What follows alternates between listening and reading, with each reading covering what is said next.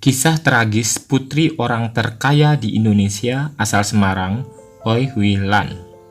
Apakah uang bisa memberikan kebahagiaan padanya? Berikut perjalanan hidupnya. Aku lahir di Semarang pada tahun 1889. Lahir dari keluarga kaya dari seorang ayah bernama Oi Tiong Ham yang lahir pada tahun 1866.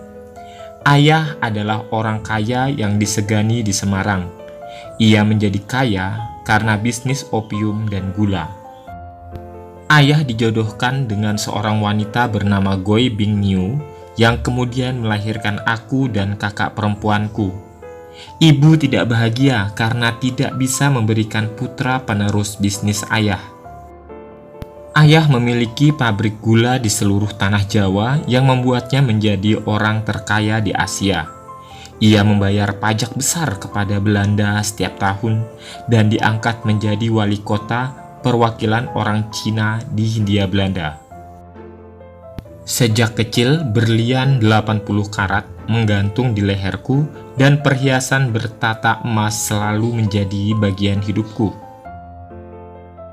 Saat ulang tahun aku mengundang teman-teman untuk datang ke pesta, namun tak ada yang datang. Ayah marah dan menghadiahkan kepadaku kebun binatang lengkap dengan jerapah, gajah, kanguru import sebagai temanku. Kakakku bernama Oi Chong Lan berparas cantik, namun ia tidak pernah bahagia karena merasa aku diistimewakan ayah dan marah atas sikap ayah yang terus membuat ibu menangis. Rumah seluas 80 hektar di Semarang ini adalah istana kami. Ayah menganggap kelahiranku adalah berkah bagi usahanya. Kami pun punya 200 pembantu dan 10 koki pribadi. Ayahku tidak pernah berpikir menceraikan ibu yang tidak memberikan putra, tapi ia mencari gundik dan akhirnya mengakui 7 istri dan 49 anak selama hidupnya. Namun aku yakin istri ayah lebih dari itu, demikian pula keturunannya. Di antara semua istrinya, Lucy Ho adalah orang terakhir yang berhasil membuat ayah pergi dari Indonesia. Lucy Ho memberikan ayah 7 anak. Ia seumuran dengan kakak, namun menjadi sosok yang paling tidak menyukaiku. Ibu tidak tahan lagi dengan kehidupan rumah tangganya dan memutuskan membawaku dan kakakku ke London. Aku menolak pindah, namun ibu menakutiku kalau Lucy Ho akan meracunku karena ia tidak suka ayah dekat denganku. Akhirnya aku pun pindah. Berkat uang ayah, kami hidup bahagia dan bergaul dengan bangsawan Eropa. Wellington Koo, Menteri Luar Negeri China, adalah suamiku yang dijodohkan oleh ibu. Ia duda dan awalnya aku menolaknya. Namun ibu bilang ini adalah cara aku menjadi orang terhormat. Aku pun mengikuti ambisi ibu. Ayah marah dan tak hadir dalam pernikahanku dan menganggap ibuku bodoh. Namun ia tetap membayar semua pernikahan mewahku karena suamiku tak punya uang sebab China bukan negara kaya. Sebagai istri Menteri Luar Negeri China, aku mengatur pesta dan membuat semua orang bangga pada suamiku. Tapi suamiku tak pernah berterima kasih. Ia malah kesal karena aku menghamburkan banyak uang, padahal itu uang ayahku. Pernikahanku dikaruniakan 2 orang anak. Aku bertemu ayah dengan membawa cucunya di Singapura dalam perjalanan dinas suamiku. Ayah tak pernah menyukai suamiku, tapi ia mencintai aku dan cucunya lalu membuatkan kami istana di Singapura yang memiliki 20 kamar. Ayahku meninggal mendadak setelah bertemu denganku. Aku curiga ayah meninggal dibunuh dan meminta otopsi. Namun ibu menolak. Saat itu aku benar-benar berpikir keluarga macam apa kami ini. Aku merasa hancur karena mulai saat itu aku merasa tidak ada lagi pelindung aku secara materi dan kekuasaan. Anehnya, keluarga Lucy Ho mendapat warisan terbesar, sehingga anak-anak ayah yang lain menuntut secara hukum. Karena merasa sedih, aku memutuskan pindah ke Shanghai bersama suami dan membeli istana di peninggalan Raja China. Tapi sayangnya Jepang merampas rumahku dan aku melarikan diri ke Amerika. Usaha Oi Chong Ham berjalan sukses di tangan adik tiriku. Oi Chong Hao berhasil melobi pemerintah Belanda sehingga kekayaan ayah masih bertahan.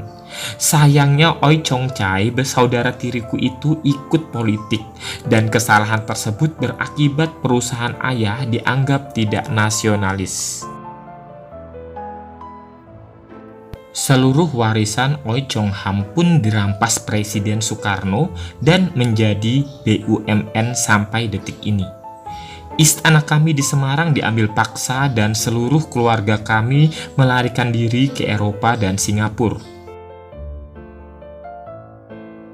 Aku pun pindah ke Amerika menjadi duta besar China dan pergolakan politik membuat suamiku kemudian diusir dari China ke Taiwan. Sisa warisan ayah ku belikan rumah mewah. Selama di Amerika, aku disanjung berkat kemewahanku, bahkan dipercaya istri Presiden China sebagai pendamping. Tapi rumah tanggaku tak seindah kemewahanku. Suamiku selingkuh dan menikah tanpa izin. Yu Chang, anak pertamaku, meninggal. Pada saat itulah aku kehilangan gelar bangsawan, padahal aku sudah menghabiskan banyak uang untuk negara dan suamiku. Fu Chang, anak keduaku, meninggal. Anak pertama dan keduaku meninggal terlebih dahulu di saat umurku 60 tahun. Aku pun hidup sebatang kara di Amerika dan meneruskan hidup berkat warisan ayah. Namun aku menjadi takut akan pesta dan memutuskan untuk hidup bersama anjing-anjingku daripada berpesta, karena aku merasa tetap tak bahagia di dalam kemeriahan pesta. Saat aku di rumah, perampok datang dan menyandra anjingku. Terpaksa aku memberikan semua perhiasanku. Di saat itulah aku sadar bahwa harta yang aku miliki hanyalah bencana dan menjadikanku jauh dari Tuhan dan kebahagiaan. Aku pun berpendapat dan mulai ikhlas akan semua kehilanganku. Aku percaya apapun yang hilang dalam hidupku, selama aku memiliki Tuhan, aku akan baik-baik saja. Tuhan memberikanku umur yang panjang. Aku pun pulang ke Indonesia untuk memberikan kenang-kenangan peninggalanku. Lukisan inilah yang menjadi kenangan di Hotel Tugu Malang. Aku meninggal tahun 1992 dengan tenang di usia 102 tahun.